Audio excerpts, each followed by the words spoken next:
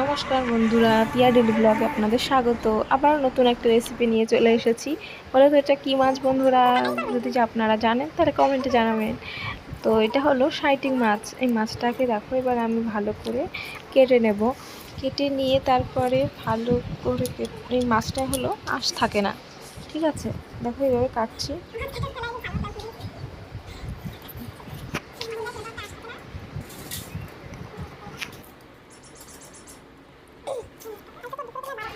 তো এই যে এখানে যে কানশিটা থাকে ওটা ধরো টান দিলেই ভেতরে যে নাড়িটা পুরো সব বেরিয়ে আসবে, পেটটা আলাদা করে কাটা লাগবে না। তো এইভাবেই মাছগুলোকে কেটে ভালো করে ধুয়ে নেব। ধুয়ে নিয়ে তারপরে এটাকে লবণ হলুদ দিয়ে ম্যারিনেট করে মাছগুলোকে ভেজে নেব। এই যে মাছগুলোকে ভাজছি ভালো করে ভেজে নিয়ে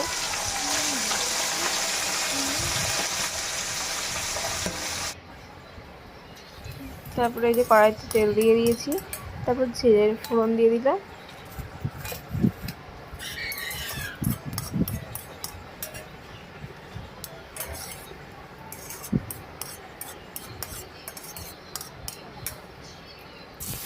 এই পেঁয়াজ কুচিয়ে দিয়ে ভালো করে পেঁয়াজটাকে লাল লাল করে ভেজে নেব। যখন পেঁয়াজটা লাল লাল হয়ে যাবে তারপরে আমি টমেটো কুচি করে রেখেছি, সেই টমেটো কুচিগুলো ওর মধ্যে দিয়ে দেবো।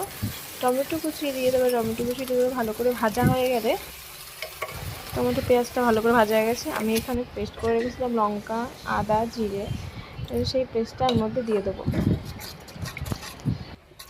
এরপর এর মধ্যে একটু জল দিয়ে এই মশলাটাকে ভালো করে কষিয়ে নেব আস্তে আস্তে।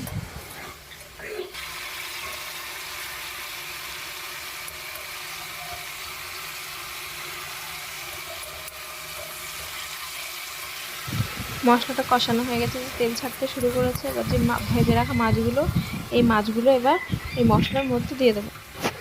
ভালো করে মশলার মধ্যে দিয়ে মাছগুলোকে কষিয়ে নিয়ে একটু ভালো করে কষিয়ে নেওয়ার পর পরিমাণ মতো এর মধ্যে জল দিয়ে দেবো। তো আপনাদের যতটুকু প্রয়োজন আপনি সেটুকু ঝোল দেবেন। তো আমার পরিমাণ মতো আমি জল দিয়েছি।